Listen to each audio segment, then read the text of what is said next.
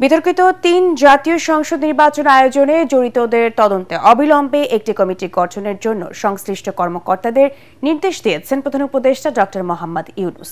রাষ্ট্রীয় অতিথি ভবন যমুনায় জাতীয় ঐকমত্য কমিশনের এক বৈঠক শেষে গেল ৩ নির্বাচন নিয়ে সাবেক প্রধান নির্বাচন কমিশনার ও নির্বাচন কমিশন সচিবালয়ের সচিবদের ভূমিকা তদন্তে এই কমিটি গঠনের নির্দেশ দেন তিনি। বৈঠকে কমিশন সদস্যরা জুলাই সনদ তৈরির কাজে অগ্রগতির সম্পর্কে প্রধান উপদেষ্টাকে অবহিত করেন। এ সময় উপস্থিত ছিলেন জাতীয় ঐকমত্য কমিশনের সহ সভাপতি অধ্যাপক আলী রিয়াজ, সদস্য ডক্টর বদিউল আলম মজুমদার, ডক্টর ইফতেখারুজ্জামান, সরফরাজ হোসেন ও ডক্টর মোহাম্মদ আইয়ুব মিয়া।